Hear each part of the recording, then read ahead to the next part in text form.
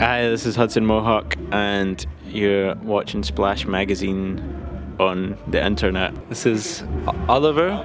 Guten Tag. Ich kann Sie auf Deutsch machen. Ich bin Oliver, auch bekannt als Dorian Concept für ein paar als. Und ihr schaut sich das Splash Magazin Internet an. Splash Mag Interview auf dem Splash. Ein Vinyl Check mit Hudson Mohawke und Dorian Concept. Okay, guys, we'll do the vinyl check and let's start with this one. Let's see if you know it. Yusuf Latif. Yeah, actually, I know the name, and I have a good friend, Paul, who has a lot of his records. I have to look at the names. I'm sorry, I don't really know. I know, what the fuck is the name of the tune on Sample-wise, Sticks is High, Sticks is High, samples Yusuf Latif in it. Can't remember what the tune's called though. Beyond that, I'm not that familiar, I'm ashamed to say. So, Dorian, you're also into jazz a lot, and you play, how would you call it, jazz piano, or how would you call it the thing you're doing? Because it's not only production, it's more than that, I would say. Yeah, it's because I'm pretty much self-taught, like I had some jazz books, but so it's kind of like random, like a mixture of random playing and kind of harmonies that I just like and find by combining random notes and somehow like a knowledge of some scales and concepts of jazz. But yeah, so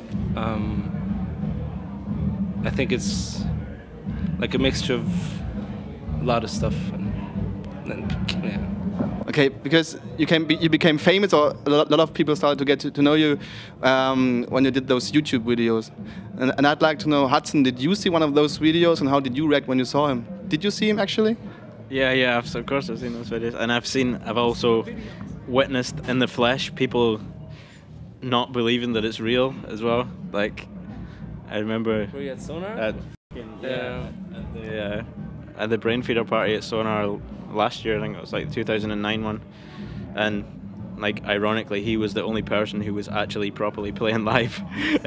Nobody believed it. Everyone was like, he should fucking be playing live. And fucking the first hecklers that I had, and it was this kind of typically kind of, you know, a bushy-breasted Spanish dude, and he was just typing something he was typing something into his phone, and then he kind of gave me the phone. And sadly, I'm not that much of a bad boy, or I wasn't. I am now, but I wasn't last year. I'm pretty tough now and shit. But he was like, he just typed something into his phone, and then he gave it to me, and it just said like, "Why are you pretending to play when you're not even playing or something?" And the first thing, just like, yeah, I should have just chucked the phone into the crowd, but I was nice enough to give it back. And at some point, he was just like smacking the keys, and I can remember like, you could see his eyes when he just noticed there's like sounds coming out, and he was just like. I think he just didn't give a fuck. He was still cussing. He was like, "Get out of here!" And, yeah. Okay, and so how did you react when you heard some of his beats? There was a while back also. I'd say music is more than beats. I always believe in. So like when I heard his music, like stuff maybe. Yeah, like I think the first thing that I caught was like on the Beat Dimensions thing that, what was the track called? That was in the first Beat Dimensions? Trace it was called. Trace, yeah. And it was just like one of those standout tracks also I felt because most of the stuff just had this more kind of really like you'd say instrumental hip hop feel, but like it was just like a track where I thought it kind of went somewhere else. It's kind of weird making him a compliment next to him. Like you'll see us making out afterwards and shit. So yeah, it's just like one of those tracks that stood out for me, and that's when I first got to kind of get into his stuff. And so do you know his Hells of Change stuff? Because it's quite different to the things he's doing now. That's also him and Mike, and Mike's a really nice guy too. He's getting married, so like give it up from Mike. And yeah, it's definitely another stuff. That was like Paul got me into that and I didn't even know who Hells of Change was then. But Paul got like the first records and was at the Academy with Ross in like 2007 or something. And yeah, definitely also know that stuff from back then. And, yeah. Okay, next record. Okay, now you can tell me something about this record, maybe. I think you know it. Yeah, I vaguely recognize it. Yeah. It's old. Yeah, it's a good record. See the track listing again. Do we have Some like, it's not like, again, it's not like a Beats album. It's got some like more, like almost like jungly elements in it, in some of the tracks, and like really nice melodies. That's what I always like about Dorian stuff. It's really well thought out melodies and well thought out like progressions in the tracks. Lots of like change ups, and it keeps your attention. It's not just like a loop for fucking 4 minutes or whatever. I think that was the first track also that like I remember when Mark told, like when I got in contact with Mark, he said that he asked you like what that track was. So I thought like when you were DJing, I can remember Mark said that you played that 14 thing or something, or like the Aphex remix or whatever. So if you guys meet on a festival like this, do you talk or do you speak about music and how you produce music, or is this something you'll be doing here for the first time, or you won't do this normally? Will you be talking about, I don't know, beer, party or stuff? Yeah, I think we like doing that more. I think because it's always like. It's quite cool because like we've ended up playing at a lot of the same, not a lot, but like we played at like a couple of the same festivals and stuff this year. So it's like, and there's a couple other people in that sort of group of people who you always bump into in random places, and it's like even though we probably live, you know, hundreds or thousands of miles apart, you can see each other like every weekend pretty much and meet up with like a bunch of people and have like a good group of friends even though you live fucking miles away, so it's cool. Next record, maybe you know this one. That's how much you liked it. You didn't even fucking open it. Didn't even fucking open it. Oh, sorry, what's the record? Oh, that's the other side. Oh, Jack McDuff, yeah, that's shit that I know. Because, is that like early 70s or something?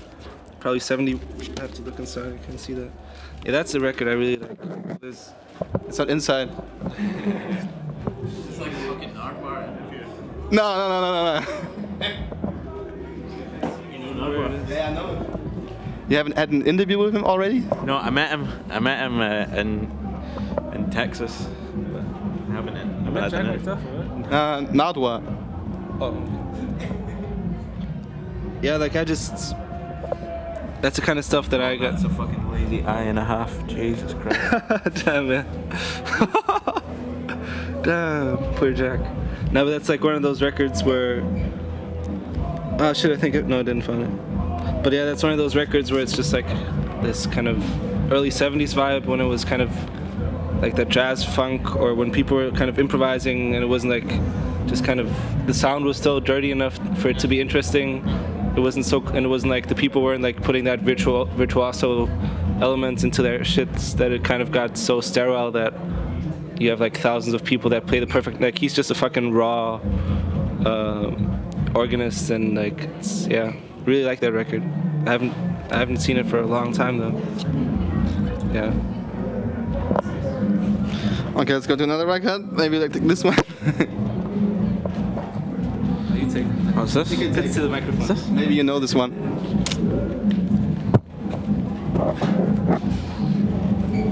Not ringing a bell. On to the next. No.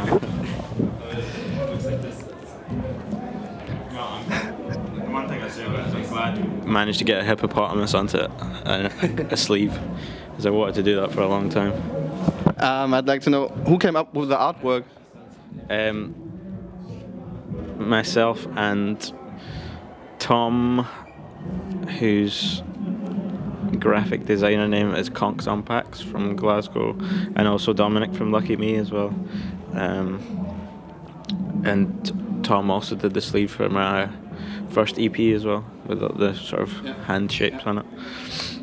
So it took us quite a while to get it right, and like it was quite a kind of divisive sleeve. A lot of people, like I saw somewhere that he got nominations for being like worst sleeve of the year and all this stuff as well. But I guess it raised some eyebrows, and like it's definitely catches your eye, and like I like it.